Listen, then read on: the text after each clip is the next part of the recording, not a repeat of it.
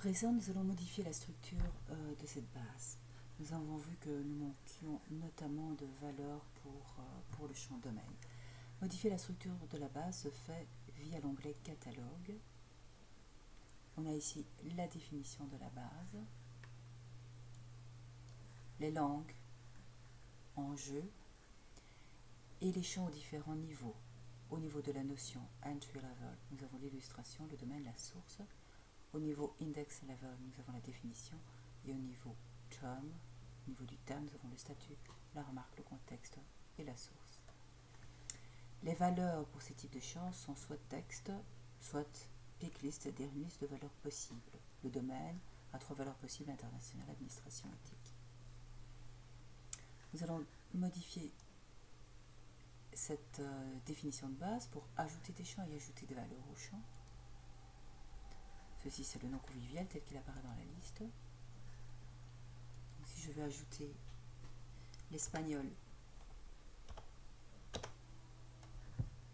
j'ajoute l'espagnol de cette façon-là. Si je souhaite que le nom apparaisse en abrégé, je l'indique ici.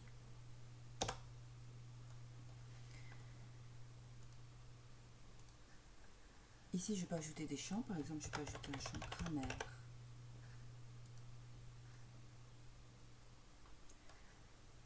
Mais ce champ, c'est un champ qui prendra un certain nombre de valeurs possibles. Je vais donc le définir dans les propriétés, en lui disant qu'il s'agit d'une liste et en ajoutant les différentes valeurs possibles. Non masculin, non féminin, non neutre, adjectif, verbe, expression. Voilà. J'ai donc un champ et pour ce champ, j'ai défini des valeurs. Je vais ajouter des valeurs pour le champ domaine.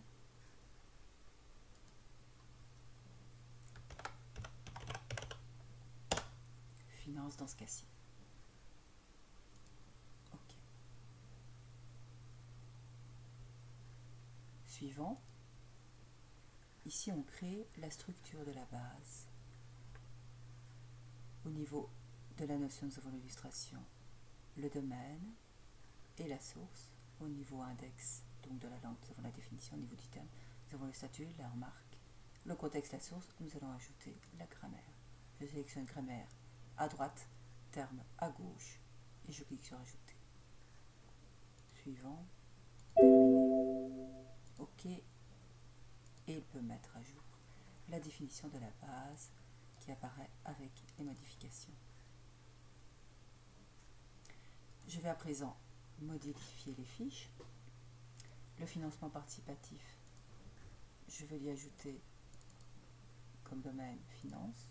On peut avoir 2 domaines.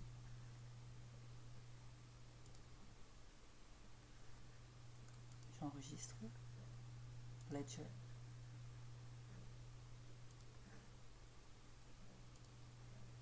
Domaine.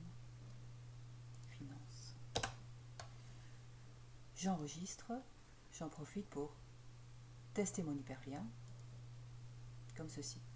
Vous remarquerez au passage que les fiches, au fur et à mesure que l'on crée ou que l'on passe de l'une à l'autre, s'affichent ici. On peut toujours fermer la fiche active, comme ceci.